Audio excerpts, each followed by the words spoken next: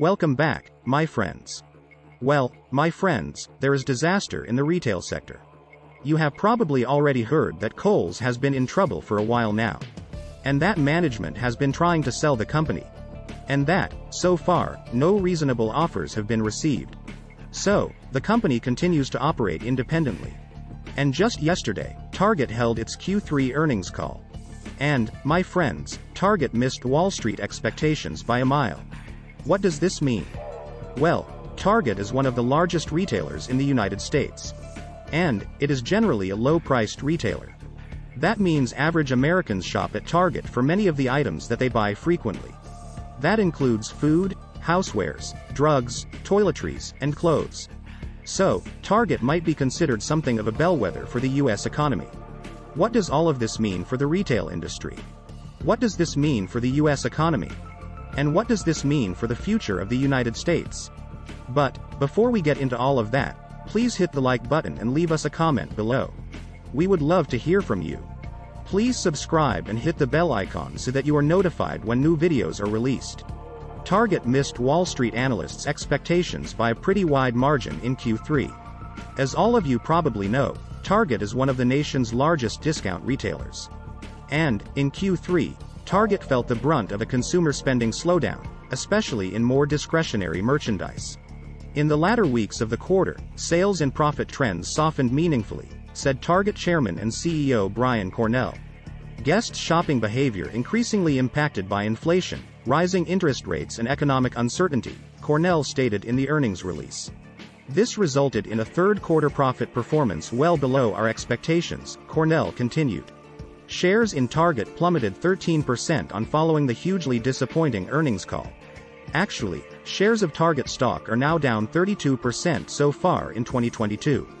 That compares to a 17% decline for the benchmark composite S&P 500. Analysts need to take a more cautious approach to holiday season expectations are needed given the current trends in the business, Cornell told Wall Street analysts. Sitting here today, if you look at some of the syndicated data that has been released, obviously you've seen a significant change in consumer shopping patterns as we ended October and moved into the month of November, he said. So clearly, it's an environment where consumers have been stressed, Cornell also added. We know they're spending more dollars on food and beverage and household essentials, Cornell continued. They are looking for promotions and are looking for that great deal, he also noted. And I would expect that promotional focus will continue throughout the holidays, Cornell also said in the Q3 earnings call. Here are a few of the highlights, or maybe lowlights, from Target's Q3 earnings. Operating profit margin came in at 3.9%, versus 5.35% estimated. Inventory shrinkage, mostly by organized retail crime, cut gross profit margin by $400 million this year. Comparable store sales grew 2.7% versus 2.51% estimate. Consumer discretionary merchandise sales categories were weak and soft. Inventory was up 14.4% versus Q3 of last year. But, that inventory number was an improvement from Q2 when Target miscalculated merchandise purchases by a whopping 36%. Adjusted earnings per share was $1.54 versus Wall Street estimates of $2.17. And as you might expect, forward guidance for the top and bottom lines was cut for Q4. Who was blamed? You guessed it, the usual whipping boy, weak macroeconomic conditions. Target also announced a new cost-cutting initiative in the amount of $2 billion to $3 billion. Wall Street analysts are now bracing for a weak Q4, probably weaker than Target guided. We believe that the top line overall remains healthy, said Citi retail analysts Paul Lewes. With continued strong spending at the upper end of Target's income demographic, Lewes said in a note ahead of the results. Based on our conversations across the retail sector and with Target management, however, we do not believe most companies, including Target, have seen a trade-down customer yet, Lewes continued in the note.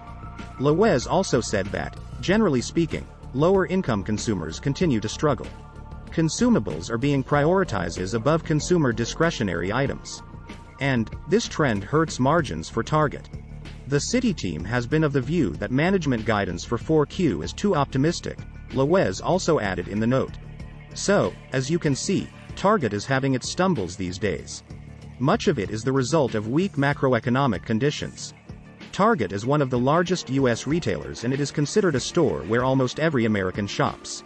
So, Target can be considered a bellwether of the overall economy, especially for the lower and middle classes. The good news is that consumers are still spending. Although consumers are focusing their spending on consumable necessities.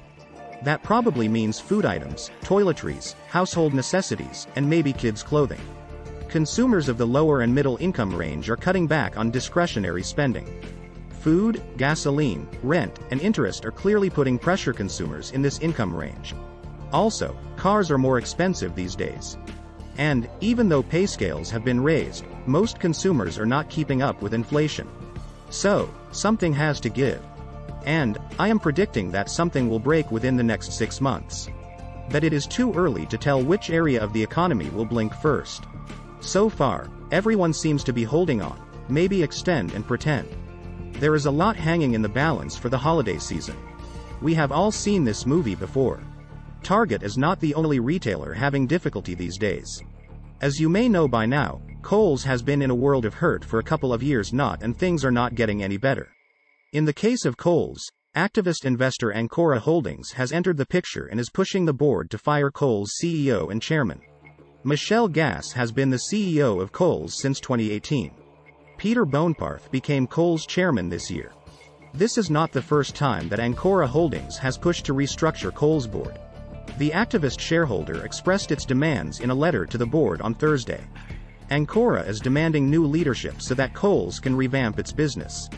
Kohls tried to sell the entire company to Franchise Group. But talks stalled and were eventually terminated because a deal could not be struck. The company had been encouraged by activist investors to pursue a sale. Franchise Group made an original proposal to buy Kohls for $60 per share. Then macroeconomic conditions deteriorated and the bid was reduced to $53 per share. Kohls declined the offer and talks were ended. As you may already know, Gass has now left Kohls to be the CEO in waiting at Levi's. Oak Street Real Estate Capital made a bid for real estate held by Kohls earlier in September.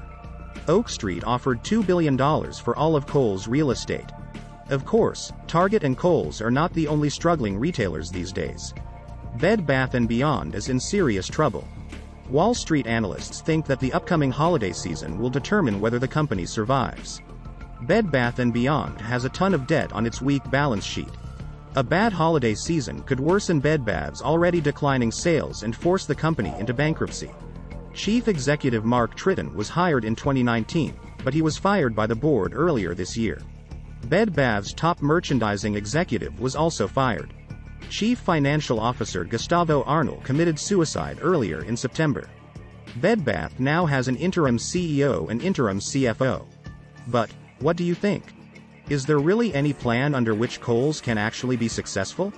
And will Bed Bath survive to see 2023?